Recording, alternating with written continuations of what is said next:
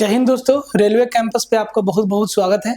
आज हम लोगों का डे 19 है और आज हाइट एंड डिस्टेंस आपका खत्म हो जाएगा, सारा का सारा टाइप जो पूछा हुआ है। सो ठीक है, तो अगर आप शुरुआत से नहीं देखे, डे 1 से नहीं देखे हैं, तो सबका लिंक डिस्क्रिप्शन में दिया हुआ है या चैनल पे जाइए, रेलवे कैंपस पे प्ले लिस्ट बना हुआ है। आराम से एक एक वीडियो को ध्यान से देखिए। रेलवे के लिए जितना कंटेंट चाहिए सब कुछ डाला हुआ है।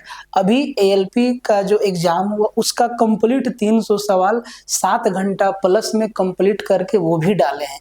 तो जाके उन सब लेक्चर को देखिए ताकि आपको पता चलेगा कि किस किस टाइप का क्वेश्चंस आ रहा है। ठीक है, अभी तक जो हमारा अनुभव रहा है वो ये कहता है कि आप अगर प्रीवियस ईयर को ढंग से लगा लेते हैं, ढंग से कहने का मतलब अगर आप चैप्टर वाइज कंसेप्ट बना के एक एक चीज को समझ लेते हैं, तो मुझे नहीं लगता है कि आपको जो है मैथ में और साथ ही साथ रीजनिंग में किसी भी तरीका का परेशानी होगा। बस परेशानी इसीलिए होता है क्योंकि लोग प्रीवियस ईयर लगाते नहीं। हाँ, लगाते हैं जहां तहां से, कोर्स में भी पढ़ेंगे प्रीवियस ईयर सेट से भी वही लगाएंगे। ठीक है, तो भाई ऐसे नहीं होता है। या तो कोर्स में ही पढ़ लो जम के बढ़िया से, या तो प्रीवियस ईयर पेपर लाओ। और देखिए, हम आपको खुल के बता देते हैं एकदम क्लैरिटी के साथ। आप ना यूथ कंपटीशन, यूथ का बुक लीजिए, मैथ का और रीजनिंग का प्रीवियस ईयर पूरा घोर के पी जाइए कंसेप्ट के साथ। कंसेप्ट के साथ जब आप पढ़िएगा तो भाई आपका कंप्लीट हो जाएगा। अभी जितना भी एग्जाम हुआ, चाहे जेई का एग्जाम हुआ, चाहे एएलपी का एग्जाम हुआ, चाहे आरपीएफ का एग्जाम हुआ, कहाँ आपको नया सवाल कहाँ पे देखने को मिला? मैथ और रीजनिंग में कहीं नहीं मिला, सब का सब प्रीवियस ईयर से है। ठीक है, इसीलिए प्रीवियस ईयर को पढ़िए बढ़िया से, है ना। कंप्लीट बैच अगर आपको इनरोल होना है, अगर आपको लगता है कि नहीं मैथ में हमें समस्या हो सकती है, रीजनिंग में हमें समस्या हो सकती है, या जीके जीएस में हमें समस्या हो सकती है, साइंस में समस्या हो सकती है, तो भाई ये कंप्लीट जड़ी बूटी है। ठीक है, एक बार इनरोल होइए। इनरोल होने में किसी भी तरीका का समस्या हो, कुछ जानकारी लेना हो, कॉन्टैक्ट नंबर दिया है 7909004902।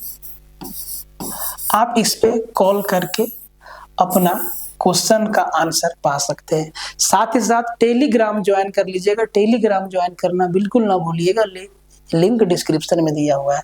अगर आपको सिर्फ मैथ चाहिए, सिर्फ मैथ, तो भाई ये भी अवेलेबल है। दोनों ही चीज, एप्लीकेशन का नाम focus study with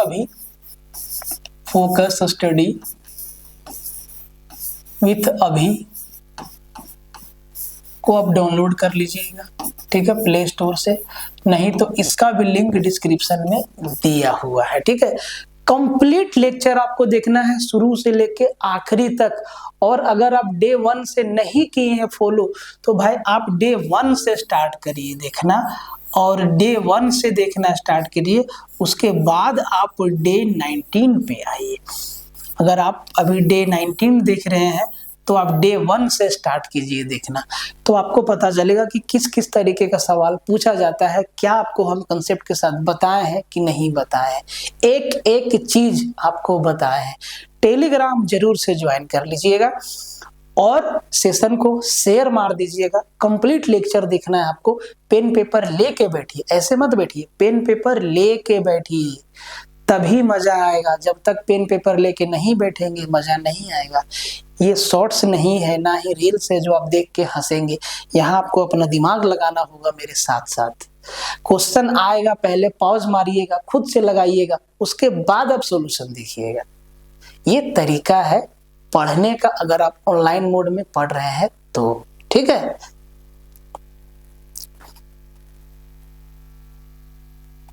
question number 10 तक आपका हो गया था। अब हम लोग क्वेश्चन नंबर 11 से देखते हैं।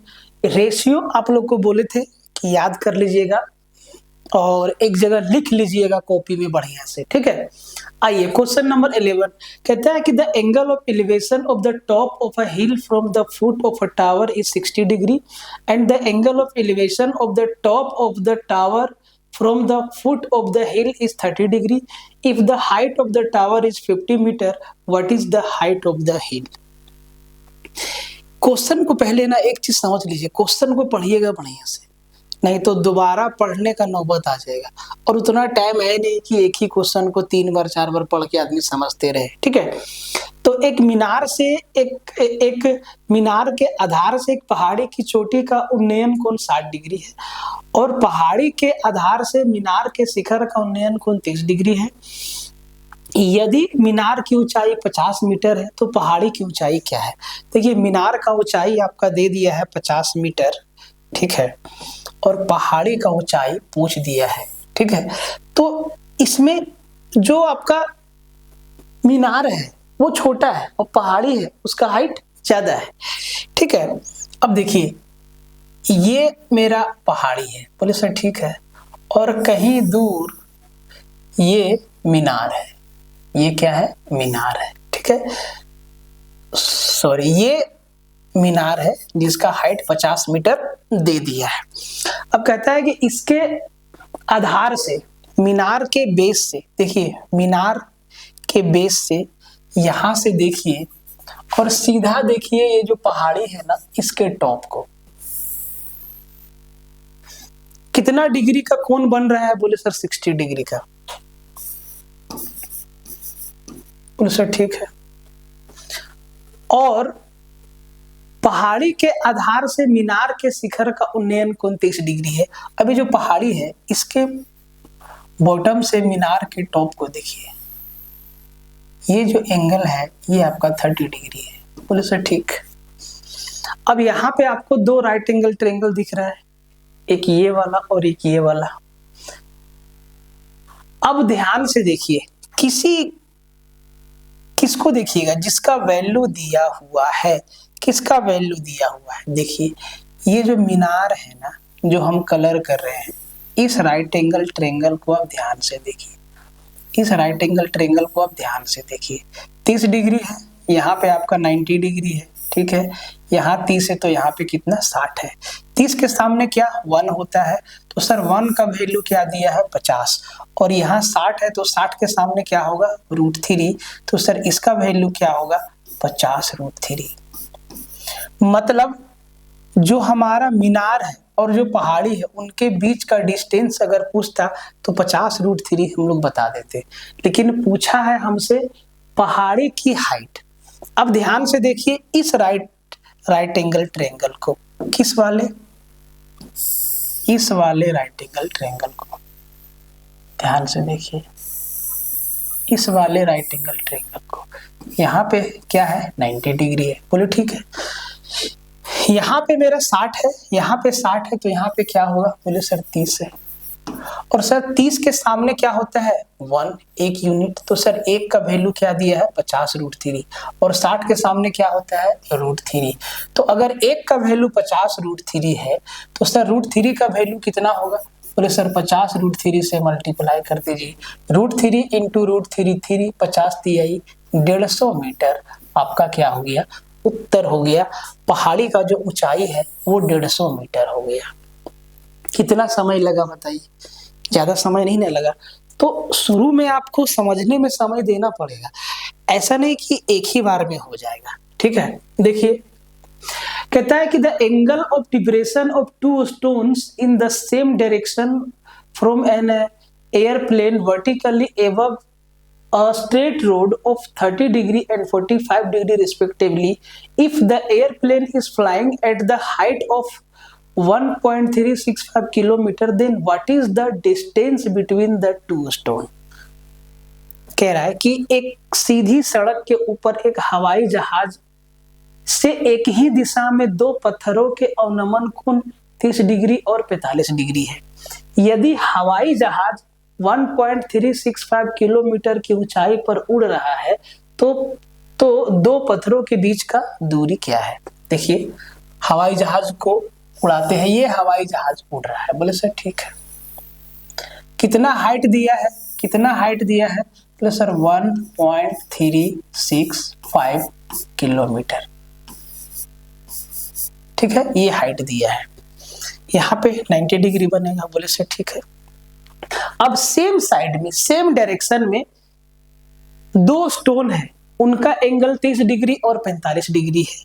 तो सर दो स्टोन है, मान लीजिए कि एक पत्थर मेरा यहाँ पे है और दूसरा पत्थर मेरा कहाँ पे है, यहाँ पे है, ठीक है। तो भाई एंगल रखना आपको बताया है कि जब हम आधार से बढ़ेंगे तो एंगल घटते जाएगा। तो जब इस वाले स्टोन को देखा होगा तो भाई एंगल कितना बना 45 डिग्री, और जब इस वाले स्टोन को देखा होगा तो भाई एंगल कितना का बन रहा होगा, बोले सर 30 डिग्री। यही बात है, बोले सर यही बात है। मान लो कि एक स्टोन ए है, दूसरा स्टोन बी है।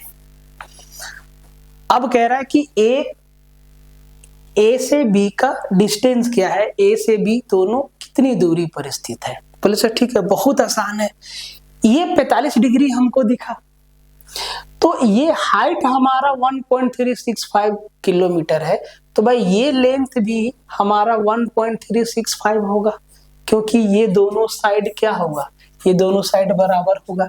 तो सर यहाँ से यहाँ का मेरा जो लेंथ आया ये भी आया 1.365 ही ना जी, बिल्कुल। अब ध्यान से देखिए, अब आप बड़ा वाला राइट एंगल ट्रायंगल में देखिए जिसका एक कोण 30 डिग्री का है, ये कोण 30 डिग्री का है। इस बड़े वाले ट्रायंगल में देखिए, इस बड़े वाले ट्रायंगल में देखिए किस कलर से कर दें इसको, चलिए इस कलर से कर देते हैं, ग्रीन से। अब आप बड़े वाले ट्रायंगल को देखिए, बड़े वाले को देखिए, ठीक है। बहुत आसान टॉपिक है, आप लोगों को शुरुआत में ही बताएं, बहुत आसान टॉपिक है, ठीक है। ये 30 डिग्री है तो यहाँ पे कितना होगा, बोले सर 60 होगा। 30 के सामने जो भुजा होती है उसका अनुपात 1 होता है, मतलब ये जो 1.365 दिया है ये 1 का वैल्यू है। यहाँ 30 है तो यहाँ पे कितना 60 होगा, और 60 के सामने जो भुजा, 60 के सामने ये पूरी भुजा है, ये पूरी भुजा है यहाँ से यहाँ तक। बोले सर ठीक है, तो इसका क्या होता है √3, मतलब ये हो जाएगा 1.365 √3 किलोमीटर। अब देखिए पूरा लेंथ है 1.365 √3 किलोमीटर, और यहाँ चलो इसको नाम दे देते हैं, ठीक है। सी से बी का डिस्टेंस है 1.365 √3 किलोमीटर, और सी से ए का डिस्टेंस है 1.365 किलोमीटर। तो सर ए से बी का डिस्टेंस क्या होगा, बोले सर इसमें से इसको घटा देंगे, इसमें से इसको घटा देंगे, तो 1.365 √3 में से 1.365 घटाएंगे तो सर 1.365 कॉमन आ जाएगा, अंदर आ जाएगा √3 - 1। और यही डिस्टेंस हमसे पूछा है कि ए से बी का डिस्टेंस क्या है। अब क्या है कि जो उत्तर है वो √3 में नहीं है, इसका मतलब ये है कि जो √3 का वैल्यू होता है वो एटलीस्ट 2 डिजिट तक या 3 डिजिट तक आपको रखना होगा। तो सर √3 का वैल्यू 1.732 में से 1 घटा देंगे, जब √3 का वैल्यू क्या है 1.732, इसमें से 1 घटा देंगे तो क्या बचेगा 0.732, बस मतलब जो मेरा डिस्टेंस होगा वो ये हो जाएगा 1.365, और √3 - 1 का वैल्यू आ गया 0.732। और आप समझिए जब 1.635 इंटू 0.732 करेंगे तो सर 1 किलोमीटर के आसपास आएगा। तो ऑप्शन ए हमारा क्या हो जाएगा, उत्तर हो जाएगा। दोनों पत्थर के बीच का डिस्टेंस अप्रोक्स 1 किलोमीटर का है, ठीक है। तो देखिए रेशियो कितना आसान हो जाता है, ना 10 लगाना है ना कोट लगाना है। कहता है कि an observer 1.5 metre tall is standing at a distance of 28.5 metre from the foot of a tower at the same level. If the angle of elevation of the top of the tower from his eye is 45 degree, find the height of the tower। तो इसका उत्तर देने का तरीका सीधा कि 28.5 और 1.5 जोड़ दो तो 30 मीटर इसका उत्तर आ जाएगा। कैसे समझे सर, कैसे समझे उसको समझिए। कह रहा है कि यहाँ पे एक टावर है, बोले सर ठीक है, और इसी लेवल पे एक आदमी खड़ा है, जिसके जो आदमी खड़ा है उसका जो हाइट है वो 1.5 मीटर है, बोले सर ठीक है। और इस व्यक्ति के आंख से जो टावर है उसके शीर्ष को देखते हैं ऐसे, तो भाई जो एंगल बनता है वो 45 डिग्री का बनता है। बोले सर ठीक है, 45 डिग्री का बनता है, ठीक है। अब देखिए ये जो व्यक्ति है, जो ऑब्जर्वर है, वो टावर से 28 पॉइंट, टावर से 28 पॉइंट कितना है 5 मीटर की डिस्टेंस पे है। यहां से यहां का डिस्टेंस क्या है 28.5। तो भाई ये भी डिस्टेंस मेरा क्या हो जाएगा 28.5। ये दोनों लाइन का लेंथ क्या होता है बराबर होता है। और 45 डिग्री का एंगल है, यहाँ पे 90 डिग्री है, तो भाई ये दोनों साइड भी क्या हो जाएगा बराबर हो जाएगा। तो ये भी मेरा क्या हो जाएगा 28.5। अगर ये 1.5 है तो ये भी 1.5 हो जाएगा। यही ना टावर का हाइट है, 28.5 और 1.5 दोनों को जोड़ देंगे तो 30 मीटर हमारा क्या हो जाएगा आंसर हो जाएगा। कितना टाइम लगाएंगे इस सवाल में, बहुत थोड़ा सा, ठीक है। इसको देखिए, the ships are sailing in the ocean on either side of a lighthouse. The angle of elevation of the top of the lighthouse as seen from the ships are 45 degree and 60 degree respectively. If the height of the lighthouse is 81 meter, find the distance between the two ships. एक light house है यहाँ पे, ये हमारा light house है, ठीक है, ये हमारा लाइट हाउस है। अब इसके दोनों तरफ ना दो जहाज आ रहा है, एक जहाज इधर है, एक जहाज इधर है। बोले सर ठीक है कि दोनों और समुद्र में जहाज आ रहा है। जब लाइट हाउस के शीर्ष, जहाजों से देखने पर लाइट हाउस के शीर्ष का उन्नयन कोण 45 और 60 है। बोले सर ठीक है, एक बार इस जहाज से इसके शीर्ष को देखें, इसके शीर्ष को देखें तो मान लो 60 डिग्री बना, और जब इस जहाज से इसके शीर्ष को देखें तो मान लो 45 बना। बोले सर ठीक है 45 डिग्री बना। अब जैसे ही 45 डिग्री बना तो भाई ये बात तो समझ लेना है कि ये और ये दोनों क्या होगा बराबर होगा, बराबर होगा। और कह रहा है कि लाइट हाउस का जो ऊंचाई है ना वो 81 मीटर है। देखिए लाइट हाउस का जो ऊंचाई है वो 81 मीटर है। लाइट हाउस का ऊंचाई क्या है 81 मीटर है, 81 मीटर है लाइट हाउस का ऊंचाई।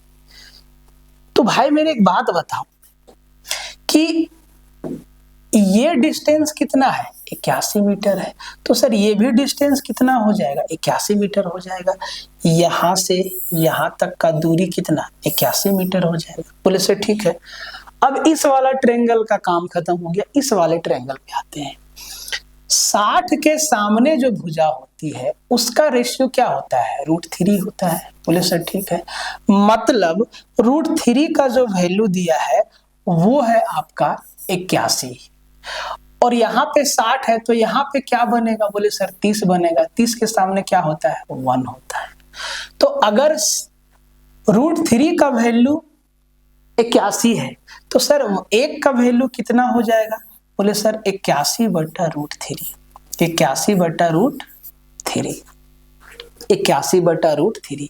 अब देखो दोनों जहाज के बीच का दूरी 81 + 81/√3, इन दोनों को जोड़ेंगे 81 हमारा कॉमन आएगा, अंदर बचेगा √3 + 1, और सर नीचे क्या बचेगा √3, और यही हमारा क्या हो जाएगा उत्तर हो जाएगा, जो कि ऑप्शन नंबर बी में है। यही हमारा क्या हो जाएगा आंसर हो जाएगा, ऑप्शन नंबर बी में है। 81 + 81/√3 हमारा आंसर दे देगा। ठीक है, आगे बढ़ जाते हैं। कहता है कि 200 मीटर ऊंची एक इमारत के शीर्ष और तल से एक मीनार के शीर्ष का उन्नयन कोण क्रमशः 30 और 45 डिग्री है। मीनार की ऊंचाई मीटर में ज्ञात कीजिए। 200 मीटर एक इमारत है, ठीक है। देखो ये जो इमारत है ये 200 मीटर का है, ठीक है। अब आगे जो है, आगे क्या है, आगे एक शीर्ष और तल से एक मीनार है। तो भाई ये मेरा एक मीनार है, पुलिस से ठीक है, ये मेरा एक मीनार है, ये मेरा क्या है, मीनार है। जैसे ठीक है, जो हमारा इमारत है इसका हाइट दिया है 200 मीटर। बोले ठीक है। अब ध्यान से पढ़िएगा सवाल, शीर्ष और तल से मीनार के शीर्ष का उन्नयन कोण 30 और 45 है। अब देखो, जब शीर्ष से देखते हैं, जब यहां से यहां देखते हैं, तब मेरा एंगल बनता है 30 डिग्री। ध्यान दीजिएगा, पहले 30 है तब 45 है, पहले शीर्ष है उसके बाद तल है। इंग्लिश में भी देखिए, ये सब बात समझना होगा। The angle of elevation of the top of tower from the top and bottom, तो पहले टॉप से टॉप को देखते हैं, ठीक है, तब जो एंगल बनता है वो 30 डिग्री का बनता है। ये कोण कितना बना, बोले सर 30 डिग्री का बना, ठीक है।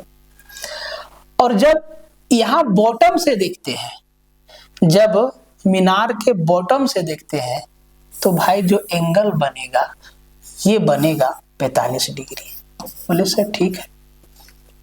अब बात को समझिए, इस सवाल को एक और तरीका से बना सकते हैं। अगर फिगर में समझ बनाना है तो भाई हम इस फिगर को बताते हैं फिर से, ठीक है। पहले आंसर बता लेते हैं, उसके बाद इस फिगर को कैसे घुमाएं कि उत्तर हमको दिख जाए एक बार में, ठीक है। ये तो फिर भी आसान है, ठीक है। तो सबसे पहले कुछ बेसिक बात क्लियर हो जाए। हमसे पूछा है मीनार की ऊंचाई, तो भाई मेरे एक बात बताओ कि जैसे हमको 45 डिग्री दिखा, जैसे हमको 45 डिग्री दिखा, तो ये चीज तो समझ में आ गया, ये चीज तो समझ में आ गया कि भाई मेरे कि ये दोनों साइड का लेंथ बराबर होगा, ठीक है। अगर देखिए इसका लेंथ 200 है तो भाई यहां से यहां का भी लेंथ 200 है। बोले सर ठीक है। यहां से यहां का लेंथ हम x माने, तो पूरा मीनार का हाइट कितना हो गया, बोले 200 प्लस x। तो सर इसका भी लेंथ कितना हो जाएगा, बोले 200 प्लस x। यहां तक तो समझ गए, बोले सर यहां तक समझ गए। आगे देखिए, आगे जरा देखिए, समझिएगा जनाब। अगर ये 200 प्लस x है तो भाई ये भी 200 प्लस x होगा, इसका भी लेंथ क्या होगा, 200 प्लस x होगा, इसका भी लेंथ इसके बराबर होगा, तो ये भी क्या होगा, 200 प्लस x। अब आप समझिए, ये जो छोटा वाला राइट एंगल ट्रायंगल बन रहा है 30 डिग्री के साथ, कुछ मत करिए।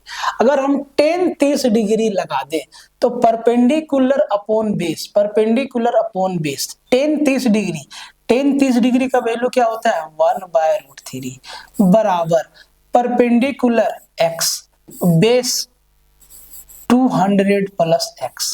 बोले सर ठीक है, 200 plus x cross multiply √3x में x को घटा देंगे, तो भाई अंदर बच जाएगा √3 - 1 इंटू x। देखिए √3 से x को मल्टीप्लाई किए √3x, और इसको इधर लेके आ गए तो भाई माइनस में आया, और x कॉमन कर दिए तो एक बार में लिखे हैं, ठीक है। इधर बच जाएगा मेरे भाई 200। अब यहां से x का वैल्यू निकल जाएगा, x का वैल्यू देखो तो x का वैल्यू निकल जाएगा, तो x बराबर क्या हो जाएगा, 200 बटा √3 - 1, और इसको रेशनलाइज कर देंगे √3 + 1 से ऊपर नीचे, तो ये आपका आ जाएगा नीचे a - b into a + b, a² - b², तो √3 का स्क्वायर 3 और 1 का स्क्वायर 1, 3 में 1 गया 2 बचा, 2 को 100 में भाग लगाए, ये आ गया 100 इंटू √3 + 1। तो जो x का वैल्यू आया वो आया 100 इंटू √3 + 1, और हमें पूरा मीनार का ऊंचाई चाहिए, तो सर x का वैल्यू आया 100 इंटू √3 + 1, और इधर 200 मीटर ऑलरेडी है, तो अगर इसमें 200 को जोड़ दे तो पूरा मीनार का ऊंचाई निकल के आ जाएगा, ठीक है। अब देखिए जरा ध्यान से, इसी में हम 200 जोड़ देते हैं, इसी में हम 200 जोड़ दिए, प्लस में प्लस इसी में 200 जोड़ दिए, ठीक है, 200 जोड़ दिए। तो सर ये पूरा मीनार का ऊंचाई मेरा बदल गया। तो अगर आप ऐसे देखोगे तो इस फॉर्मेट में तो आंसर है नहीं, उसके साथ साथ मेरे भाई प्लस वाला उत्तर होगा। तो सर माइनस वाला को तो हटा दो, ये माइनस वाला हटा दो, ठीक है। तो अगर हम रूट को खोल दें तो ये 100√3 हो जाएगा, प्लस में 100 हो जाएगा और प्लस में 200 हो जाएगा, यही होगा ना। और अब देखिए 200 और 100 कितना हो जाएगा, इनको जोड़ देते हैं, ये हो जाएगा आपका 300। ये कितना हो जाएगा 300। और यहां से 100√3 कॉमन लेंगे, 100√3 कॉमन लेंगे तो अंदर बचेगा √3 + 1। तो 100√3 इंटू √3 + 1 ऑप्शन डी आपका आंसर हो जाएगा। बहुत आसान सवाल था, ठीक है, बहुत ही आसान सवाल है। आगे बढ़ जाए, आगे बढ़ जाए। अच्छा, इस सवाल में हमको एक चीज बताना है कि इतना भी करने से हम लोग बच सकते हैं, इतना भी करने से हम लोग बच सकते हैं। ध्यान से देखिएगा ये सवाल क्या है, ठीक है। एक नया पेज लेते हैं, समझिएगा ये चीज बहुत काम आएगा। बोले सर ये मेरा एक मीनार था और ये मेरा एक जो है जो भी है पहाड़ी वहाड़ी, ठीक है। तो इसमें सवाल ये था कि जब इसके शीर्ष को इसके शीर्ष से देख रहे थे मेरे भाई, तब जो एंगल बना था वो 30 डिग्री का बना था, यही चीज था। और जब इसके बॉटम से इसके टॉप को देख रहे थे तब जो एंगल बना था वो 45 डिग्री का बना था, यही सवाल था, यही सवाल था, फिगर यही था। अब ध्यान से देखिए, थोड़ा आगे का सोचते हैं, ठीक है। अगर हम इस लाइन के पैरेलल यहां एक लाइन खींचते हैं, ध्यान से देखिएगा, और इसको इससे जोड़ देते हैं, इसको इससे जोड़ देते हैं, बोलिए सर ठीक है, ध्यान से देखिए, जोड़ दिए। इस लाइन के पैरेलल हम एक लाइन खींचे हैं, ठीक है, इस लाइन के पैरेलल हम एक लाइन खींचे हैं और बराबर, और इसको यहां से जोड़ दिए। अब आप ध्यान से समझिएगा, अब आप ध्यान से समझिएगा एक बात को, ठीक है, और भी आसान हो जाएगा सवाल कि ये मेरा 45 डिग्री है, बोले सर ठीक है, ये मेरा क्या है 45 डिग्री है, ये मेरा क्या है 45 डिग्री है, और ये मेरा क्या है 30 डिग्री है।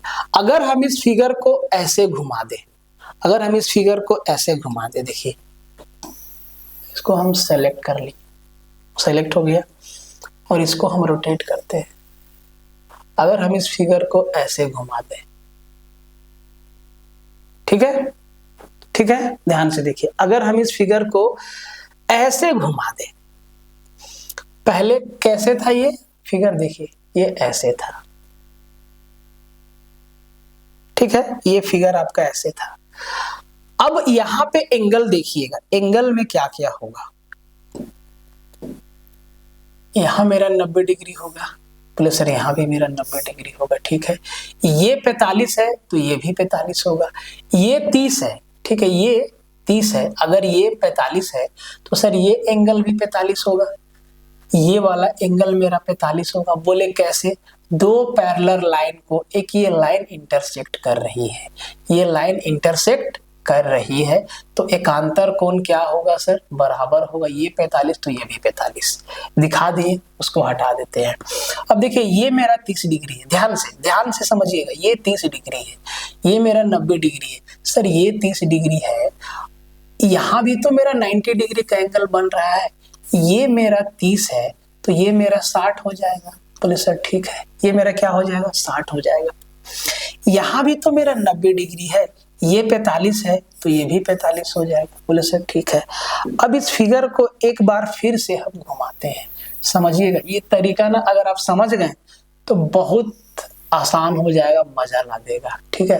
अब आप ध्यान से जरा देखिए कौन सा केस बना, ध्यान से देखिए।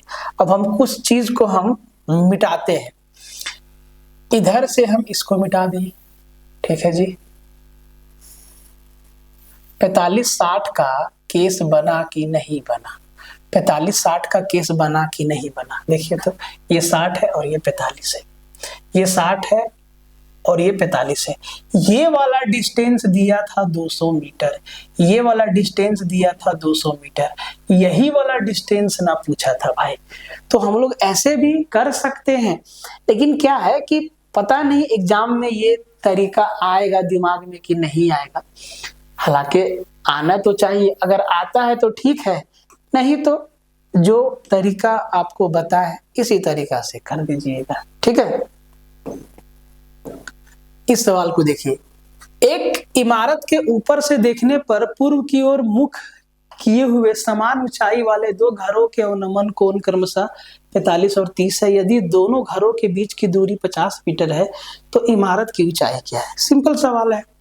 तो सर एक मेरा ये जो भी है इमारत है, सेम साइड में दो घर है, ठीक है।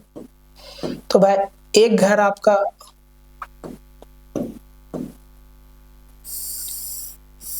आपका जो है यहाँ है और एक घर आपका यहाँ पे है। एंगल ऑफ एलिवेशन क्या है सर, 45 और 30। तो जब इसके टॉप से इस घर को देखते हैं तो बनेगा 45, और जब इस घर को देखेंगे तो बनेगा 30। बोले सर ठीक है, रेशियो ही तो समझना है। दोनों घरों के बीच की दूरी 50 है, मतलब ये जो घर है ए और बी, इनके बीच का डिस्टेंस कितना है, बोले सर 50 है। तो ये डिस्टेंस √3 - 1 ही तो होता है। ये डिस्टेंस क्या होता है, √3 - 1 ही होता है। ये मेरा 45 है तो ये 1 होता है, ये 1 होता है, और 30 के सामने 1 होता है तो ये पूरा क्या होता है, √3 होता है। तो ये डिस्टेंस क्या होगा, √3 - 1। मतलब √3 - 1 का वैल्यू दिया है 50 मीटर और 1 का वैल्यू हमसे पूछा है, 1 का वैल्यू हमसे पूछा है। तो अगर √3 - 1 का वैल्यू 50 मीटर है तो सर 1 का वैल्यू क्या हो जाएगा, बोले सर 50 बटा √3 - 1, और इसको ऊपर नीचे रेशनलाइज कर देंगे √3 + 1 से, √3 + 1 से। तो सर नीचे a - b into a + b, a² - b², नीचे में 3 में 1 गया 2 बचेगा, और 2 से इसको काटेंगे तो 25 हो जाएगा। मतलब ये हो जाएगा 25 इंटू √3 + 1, और यही क्या है, इमारत की ऊंचाई है। इतना अब आपको समझना होगा। ये डिस्टेंस क्या होता है, √3 - 1 ही तो होता है। ये 1 होता है और ये 1 होता है। ये पूरा डिस्टेंस क्या होता है, बोले √3 होता है। ये पूरा डिस्टेंस √3 होता है। ये 1 है तो ये कितना, √3 - 1 होता है। इसीलिए बोले कि रेशियो को रट लीजिएगा, ठीक है। तो भाई इसका वैल्यू दिया है 50, तो सर 1 का ही तो वैल्यू निकालना है। तो 1 का वैल्यू क्या है, 25 गुना √3 + 1। बात एकदम क्लियर हो रहा होगा, ठीक है। आगे बढ़ जाइए। कहता है कि the angle of elevation of the top of a tower from 2 points located at a distance of 18 metre and 32 metre from the top of a tower on the ground are supplementary. Actually supplementary नहीं होगा, यहाँ पे complementary होगा, ठीक है। Supplementary नहीं, यहाँ पे कॉम्प्लीमेंट्री लिख लीजिएगा, पीडीएफ में भी लिख लीजिएगा, पूरक कोण, ठीक है। तो यहाँ जो समपूरक लिखा हुआ है ना, ये पूरक कोण है, पूरक कोण है, ठीक है। तो भाई मेरे ये सवाल ऐसा है कि ये आपका एक टावर है, ठीक है। सेम साइड में क्या है, 18 मीटर और 32 मीटर की दूरी पर, 18 मीटर पे एक पॉइंट है और फिर आगे जाके पूरा 32 मीटर की दूरी पे दूसरा पॉइंट है, ठीक है मेरे भाई। और यहाँ जो एंगल बन रहा है, ये जो दोनों एंगल बन रहा है, ये मान लो अल्फा है और ये मान लो बीटा है। तो जो अल्फा प्लस बीटा है उसका सम 90 डिग्री हो रहा है। बोले सर ठीक है। तो हमसे इसका हाइट पूछा है, सीधा आपको तरीका बताए हैं कि h बराबर क्या होगा। बोले सर √अंडर 18 गुना 32, 18 गुना 32। तो ये हो जाएगा 9 दूना 18, 9 के लिए 3 बाहर आएगा और ये 32 दूना 64 के लिए 8 बाहर आएगा और 8 तिहाई 24 मीटर जो हो जाएगा, इसका हाइट हो जाएगा 24 मीटर। मीनार का हाइट हो जाएगा। सीधा सीधा सवाल, ठीक है, याद रखना होगा, नहीं तो फिर आपको डिटेल से बनाना होगा, ठीक है। कहता है कि a 12 metre tall tree is broken by the wind and falls on the ground in such a way that its top touches the ground and makes an angle of 60 degree with the ground. At what height from the ground is the tree broken by the wind? 12 metre ऊंची पेड़ हवा से टूटकर जमीन पर इस तरह से गिरता है कि उसका शीर्ष जमीन को छूता है और जमीन के साथ 60 डिग्री का कोण बनाता है। तो कह रहा है कि जमीन से कितनी ऊंचाई से पेड़ टूटा। बहुत ही सिंपल सवाल है। देखिए, हम कह रहे हैं कि भाई ये मेरा पेड़ था, शेप का यूज कर ले थोड़ा, ठीक है। मान लीजिए कि ये मेरा पेड़ था, ये मेरा पेड़ है, ठीक है। ये मेरा क्या है सर? ये मेरा पेड़ है।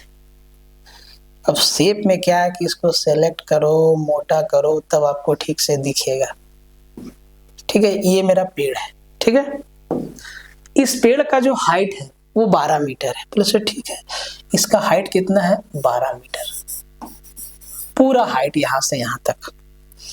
अब ये पेड़ ना कहीं यहां से टूट गया और जो ऊपर वाला हिस्सा है वो ऐसे जमीन पे जाके, ये जो ऊपर वाला हिस्सा है ये ऐसे लग गया, ये ऊपर वाला हिस्सा ऐसे लग गया, और जब लगा तो जमीन से जो एंगल बना वो 60 डिग्री का एंगल बना। बोले सर ठीक है, ठीक है। तो हमसे कह रहा है कि भाई कितना ऊंचाई से पेड़ जो है टूटा। अब देखिए यहाँ रेशियो का यूज कैसे करना है। ये 60 है तो ये आपका कितना होगा? 30 होगा। बोले सर ठीक है। 30 के सामने क्या होगा? बोले सर 1 होगा। 60 के सामने क्या होगा? √3 होगा। तो सर 90 के सामने क्या होगा? बोले सर 90 के सामने 2 होगा। अब आप ध्यान से समझिए एक बात को, रेशियो तो आपको बता दिए।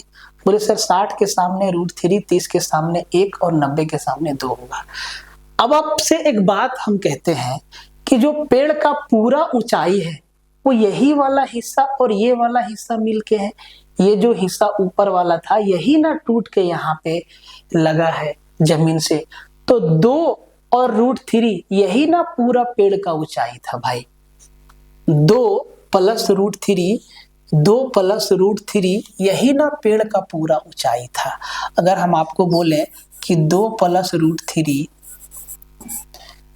पूरा पेड़ का ऊंचाई था, क्योंकि ये √3 है, ये 2 है भाई, तो यही वाला ना 2 है, यही ना टूट के ऐसे लग गया, तो इसी का वैल्यू ना दिया है आपका 12 मीटर। तो सर 1 का वैल्यू कितना होगा? बोले सर इसको 2 + √3 से भाग दे देंगे, तो ये 1 का वैल्यू आ गया। अब हमें जो चाहिए वो √3 का वैल्यू चाहिए। बोले सर ठीक है, तो उससे पहले इसको थोड़ा सीधा कर लेते हैं, रेशनलाइज कर लेते हैं 2 - √3 से। तो सर ये क्या दे देगा? a² - b², 2 का स्क्वायर 4, √3 का स्क्वायर 3, 4 में 3 गया, 1 नीचे मेरा 1 बन गया, ऊपर मेरा आ गया 12 × 2 - √3, यही आ गया। ये 1 का वैल्यू आया। हमें √3 का वैल्यू चाहिए, क्योंकि इतना ही ऊंचाई से √3 इकाई ऊंचाई से पेड़ टूटा है, ठीक है। तो इसी को √3 से मल्टीप्लाई कर दे तो ये आ जाएगा। तो ये हो जाएगा आपका 12 दूना 24, 12 दूना 24, √2 कहां से आ गया, और 12 तिहाई 36। ये ऑप्शन सी पे तो साफ साफ दिख रहा है, ऑप्शन सी। देखिए ये 12 √3 है, तो 12 √3 × 2 24 √3 माइनस √3 × √3 3, 12 तिहाई 36, यही होगा ना। 24 √3 - 36 मीटर की ऊंचाई से पेड़ टूटा है। ये रेशियो का कमाल है कि सवाल जो है फटाफट आपसे बन जाएगा। कहता है कि when the angle of elevation of the sun changes from 60 degree to 30 degree, the length of the shadow of a tower situated on the ground level increases by 40√3 meters. Find the height of the tower. भाई एक tower है तो भाई इसका छाया बढ़ता है, जब जब सूरज ढलेगा छाया बढ़ेगा। तो भाई पहले ना टावर का छाया यहाँ पे था, जब एंगल बनता था आपका कितना 60 डिग्री का। अब जब सूरज जैसे जैसे पीछे जाएगा छाया का लंबाई जो है बढ़ते जाएगा। अब जो है छाया का लंबाई यहाँ से यहाँ पे पहुंच गया है, ठीक है, यहाँ से यहाँ पे पहुंच गया है, ठीक है जी। अब जब यहाँ से देखते हैं तो एंगल ऑफ एलिवेशन बन जाता है 30 डिग्री। बोले सर ठीक है, तो हमसे पूछा है कि मीनार की ऊंचाई क्या है और ये शैडो कितना बढ़ जाता है। बोले सर ये जो है 40√3 मीटर बढ़ जाता है, 40√3 मीटर बढ़ जाता है। तो ये 40√3 मीटर 60 से 30 हुआ तो सर लेंथ इसका आधा हो जाएगा, ये कितना हो जाएगा 20√3। बोले सर ठीक है, तो 20√3 और 40√3 पूरा लेंथ कितना होगा। बोले सर 60√3। अब ध्यान से समझिएगा, 30 के सामने क्या होता है 1 और यहाँ 30 है तो यहाँ पे क्या बना। बोले सर 60 के सामने क्या होता है √3। तो भाई ये जो वैल्यू दिया है ये किसका वैल्यू बना। बोले सर √3 का वैल्यू बना 60√3। √3 का वैल्यू क्या है 60√3। तो सर 1 का वैल्यू क्या हो जाएगा। बोले सर 1 का वैल्यू हो जाएगा 60 मीटर और क्या 60 मीटर आपका जो है इस मीनार का हाइट हो जाएगा, ऑप्शन सी, ठीक है। √3 का वैल्यू 60√3 है तो सर 1 का वैल्यू 60√3 को √3 से भागा देंगे, √3 कट जाएगा, 60 मीटर बच जाएगा। तो इसका हाइट कितना है 60√3, ठीक है। आगे बढ़ जाते हैं, क्वेश्चन नंबर 20 कहता है कि the horizontal distance between two towers is 40√3 metre. The angle of depression of the top of the first tower as seen from the top of the second tower is 30 degree. If the height of the second tower is 130 meter, find the height of the first tower. If the height of the second tower, दो टावरों के बीच 36 दूरी 40√3 metre है और कहता है कि दूसरे टावर की ऊंचाई दे दिया है 130 मीटर और ऑप्शन में देखिए 130 से छोटा है मतलब पहला वाला टावर छोटा है। तो ये मेरा पहला वाला टावर है और कितना दूरी पे 40√3 मीटर की दूरी पे एक दूसरा टावर खड़ा है ये, और इस दूसरा टावर का हाइट दे दिया है 130 मीटर। बोले सर ठीक है। अब कह रहा है कि पहले टावर की चोटी का अवनमन कोण दूसरी टावर के शीर्ष से देखने पर 30 डिग्री है। तो सर देख लेते हैं,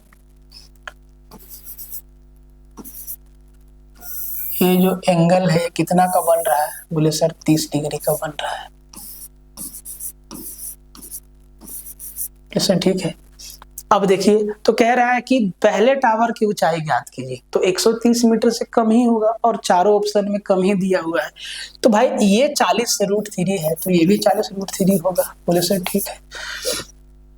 अब देखिए 30 डिग्री है तो सर ये √3 का वैल्यू है ना, यहाँ 30 है तो यहाँ पे कितना 60 होगा। तो सर 30 के सामने क्या 1 होता है और 60 के सामने क्या √3 होता है और √3 का वैल्यू क्या दिया है। बोले सर √3 का वैल्यू दिया है 40√3 तो 1 का वैल्यू क्या हो जाएगा। बोले सर 40। तो सर ये वाला जो हाइट है वो 40 मीटर है और ये पूरा हाइट 130 मीटर है। तो 130 में 40 गया तो भाई ये वाला हाइट बच जाएगा, ये वाला हाइट कितना 90। अगर ये 90 है तो सर ये भी 90 होगा। तो जो पहला टावर है उसका हाइट कितना हो जाएगा। बोले सर 90 मीटर। किधर है ऑप्शन बी आपका क्या हो जाएगा, मतलब ये बी होगा और ये सी होगा। ठीक है, ऑप्शन सी आपका उत्तर हो जाएगा। एकदम आराम से हो जा रहा है, लोड नहीं लेना है। ठीक है, कहता है कि the angle of elevation of an airplane from a point on the ground is 45 degree. After 12 seconds of flying horizontally, the elevation angle changes to 30 degree. If the airplane is flying at a height of 2400 meter, then find the speed in kilometer per hour of the airplane. ठीक है, जमीन पर एक बिंदु से एक हवाई जहाज का उन्नयन कोण जो है 45 डिग्री का है। क्षैतिज रूप से उड़ान भरने के 12 सेकंड बाद उन्नयन कोण 30 डिग्री हो जाता है। दोस्तों ठीक है, यदि हवाई जहाज 2400 मीटर की ऊंचाई पर उड़ रहा है तो हवाई जहाज की गति किलोमीटर पर आवर में कितना होगा? समझिएगा इस सवाल को। ठीक है, ये मेरा हवाई जहाज उड़ रहा है, बोले सर ठीक है, यहाँ पे हवाई जहाज उड़ रहा है।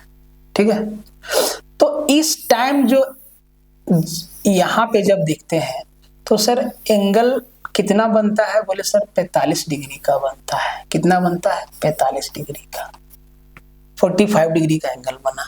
तो जैसे ही 45 डिग्री का एंगल बना तो ये चीज तो पक्का हो गया कि सर ये कितनी ऊंचाई पे उड़ रहा है? तो सर 2400 मीटर की ऊंचाई पे।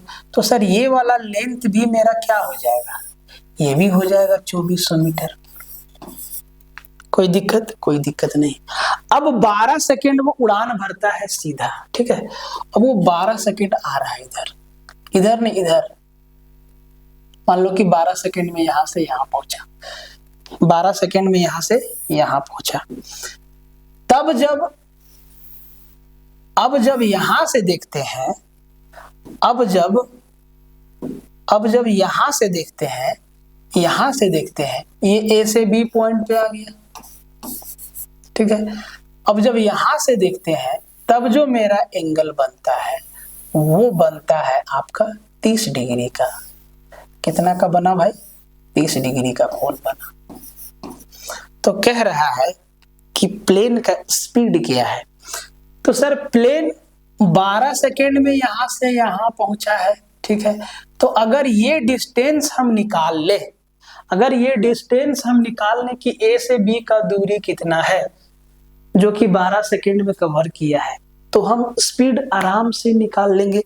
Speed equal to distance by time होता है। ठीक है, अब समझिएगा बात को। ठीक है, अब बात को समझिएगा। ये भी 2400 मीटर है, ये भी 2400 मीटर होगा। बोले सर ठीक है। अब आप 30 डिग्री वाला ट्रायंगल को देखिएगा, 30 डिग्री वाला ट्रायंगल को देखिएगा ध्यान से। ठीक है, 30 डिग्री वाला ट्रायंगल को देखिएगा ध्यान से। 30 के सामने क्या होता है? 1। 30 के सामने क्या होता है? 1। तो सर यहाँ 30 है तो यहाँ पे कितना बनेगा? बोले सर 60 बनेगा। और सर 60 के सामने ये पूरी भुजा कितना हो जाएगा? √3। ये पूरा लंबाई कितना हो जाएगा? √3 हो जाएगा। तो भाई एक का वैल्यू क्या दिया है? ये 1 का वैल्यू है ना, 1 का वैल्यू क्या दिया है? 2400। तो सर √3 का वैल्यू क्या हो जाएगा? बोले 2400 √3। ठीक है, अब ध्यान से देखिए कि ये पूरा लंबाई 2400 √3 है और इस टुकड़ा का लंबाई यहां से यहां का लंबाई 2400 है। तो 2400 √3 में 2400 घटा देंगे तो सर ये ए से बी का डिस्टेंस नहीं निकल जाएगा। तो 2400 √3 में 2400 घटाएंगे तो सर 2400 कॉमन लेंगे, अंदर आ जाएगा √3 - 1 मीटर। मतलब हवाई जहाज 12 सेकेंड में 2400 √3 - 1, 2400 इंटू √3 - 1 मीटर दूरी कवर की है 12 सेकेंड में। तो सर 12 सेकेंड में कवर की है। बोले सर ठीक है। तो भाई मेरे 12 सेकेंड में कवर की है तो सर स्पीड क्या हो जाएगा? स्पीड इक्वल टू होता है डिस्टेंस बाय टाइम। डिस्टेंस है आपका 2400 गुना √3 - 1 और समय कितना ली है सर 12 सेकेंड में। अब जो हमें उत्तर देना है ना, ये तो स्पीड आएगा मीटर पर सेकेंड में, क्योंकि डिस्टेंस हमारा मीटर में है, समय सेकेंड में लगा है, तो जो स्पीड होगा वो मीटर पर सेकेंड में आएगा। लेकिन हमसे उत्तर मांगा है किलोमीटर पर आवर में, तो मीटर पर सेकेंड को किलोमीटर पर आवर में गुना करना है, तो सर 18/5 से गुना करना होगा, 18/5 से। अब देखिए मारधाड़ हो जाए, 12 दूना 24, 5 से काट दीजिए 40 बार में, 18 चौके 72, 720 √3 - 1, 720 गुना √3 - 1 किलोमीटर पर आवर स्पीड हुआ हवाई जहाज का। कौन से ऑप्शन में है 720 × √3 - 1? ऑप्शन बी आपका क्या हो जाएगा, उत्तर हो जाएगा। देख लीजिए ध्यान से, एकदम आराम से आप बना सकते हैं अगर रेशियो याद रखते हैं तो, ठीक है। इस सवाल को देखिए, कहता है कि a bridge built over a river makes an angle of 45 degree with the river bank as shown in the given figure. If the length of the bridge is 150 metre, then what is the width of the bridge? River का चौड़ाई क्या है? तो भाई मेरे, एक नदी पर बना पुल नदी के किनारे से 45 डिग्री का कोण बनाता है, जैसा कि नीचे दिए गए चित्र में दिखाया गया है। यदि पुल की लंबाई 150 मीटर है तो नदी की चौड़ाई क्या है? देखिए ध्यान से, फिगर में क्लियर आपको दिखाते हैं। ये जो है, ये वाला जो पार्ट है, ये आपका नदी है, ठीक है। ये क्या है सर? नदी है। नदी के ऊपर ब्रिज बना है, ये वाला क्या है? ये ब्रिज है, ठीक है। दूसरा कलर से करते हैं। ये वाला क्या है? ब्रिज है, और ब्रिज का लंबाई दिया है 150 मीटर। ये हमारा नदी है, तो भाई यही ना नदी का चौड़ाई है, यही ना नदी का चौड़ाई है, यही ना नदी का चौड़ाई है। बोले सर ठीक है। और ये नदी के किनारे के साथ 45 डिग्री का कोण बनाती है, 45 डिग्री, यही दिया हुआ है। अब इसको खींच के इधर ले आते हैं, यही चीज निकल के आया, यहाँ 90, यहाँ 45, और जो पुल है उसका लंबाई है 150 मीटर। तो नदी का चौड़ाई, यही ना नदी का चौड़ाई है, यही ना नदी का चौड़ाई है, यही ना नदी का चौड़ाई है मेरे भाई। तो 45 है, तो सर यहाँ 1, यहाँ 1, यहाँ पे √2, तो ये √2 का वैल्यू क्या दिया है? 150 मीटर। तो सर 1 का वैल्यू क्या हो जाएगा? तो बोले 150 बटा √2, और √2 से ऊपर नीचे रेशनलाइज कर दो, तो √2 × √2 2 हो जाएगा, और 150 को 2 से भागा देंगे तो भाई 75, 75 √2 मीटर चौड़ाई है नदी का। क्लियर है? ठीक है, फिगर से डरना नहीं है। कहता है कि a 5 meter long ladder rests against a wall and reaches a height of 3 meter. How far should the ladder be moved towards the wall so that its top reaches a height of 4.8 meter? एक 5 metre लंबी सीढ़ी दीवार के सहारे टिकी हुई है और 3 मीटर की ऊंचाई तक पहुंचती है। सीढ़ी को दीवार की ओर कितनी दूर तक ले जाना चाहिए ताकि इसका शीर्ष 4.8 मीटर की ऊंचाई तक पहुंच जाए? अब बात को समझिए, जैसे कि ये मेरा जो है एक दीवार है, ठीक है, ये मेरा एक दीवार है, और ये मेरा जमीन है। भाई साहब एक सीढ़ी लगाए हैं जो इतना ऊंचाई तक पहुंचती है, जो इतनी ऊंचाई तक पहुंचती है। यहाँ पे 90 डिग्री का कोण बनेगा। बोले सर ठीक है। तो सीढ़ी का लंबाई 5 मीटर है। बोले सर ठीक है। और ये 3 मीटर ऊंचाई तक पहुंचती है, यहाँ से यहाँ का डिस्टेंस कितना? 3 मीटर। अब हम चाह रहे हैं कि इस सीढ़ी को ऊपर तक ले जाए, तो भाई इस सीढ़ी को अब इधर आगे से लगाना होगा, इसका जो बॉटम है इसको आगे लाना होगा, तब ना ये भाग ऊपर जाएगा। तो इस सीढ़ी को हम जैसे ही यहां से यहां लगाएं, तो अब ये सीढ़ी चला गया इसके टॉप पे, चला गया इसके टॉप पे। और इसका पूरा हाइट कितना है, बोले सर 4.8 मीटर। पूरा दीवार का हाइट यहां से यहां कितना है, 4.8 मीटर। बोले सर ठीक है। तो हमसे पूछा है कि सीढ़ी को दीवार की ओर कितना दूरी तक ले जाया जाए। मतलब यहां से सीढ़ी का बेस पहले यहां था ए पॉइंट पे, हम इसको कहां ले आए, बोले सर बी पॉइंट पे। पहले सीढ़ी कहाँ था, यहाँ पे, हम इसको खिसका के कहाँ ले आए, यहाँ पे, इधर खिसका के यहाँ पे ले आए। तो ए से बी का डिस्टेंस हमसे पूछा है। इस सवाल को बनाने का सबसे सुंदर तरीका क्या है, पाइथागोरस थ्योरम। सीढ़ी का लंबाई तो सेम है, ये भी 5 मीटर, ये भी 5 मीटर, यही ना सीढ़ी है भाई। बोले से ठीक है। दो राइट एंगल ट्रायंगल आपको यहाँ पे दिख रहा है, दो राइट एंगल ट्रायंगल आपको दिख रहा है, नाम लिख के दिखा देते हैं, सी डी और ई। एक राइट एंगल ट्रायंगल है ई सी ए, ई सी ए, ई सी ए, ठीक है। एक बात बताइए, अगर इसका कर्ण 5 है, ये 3 है, तो सर सी से ए का दूरी 4 नहीं होगा। 3 4 5 हमारा ट्रिपलेट है। ये जो हाइपोटेनस है 5 है, परपेंडिकुलर मेरा 3 है, तो बेस कितना 4 हो जाएगा।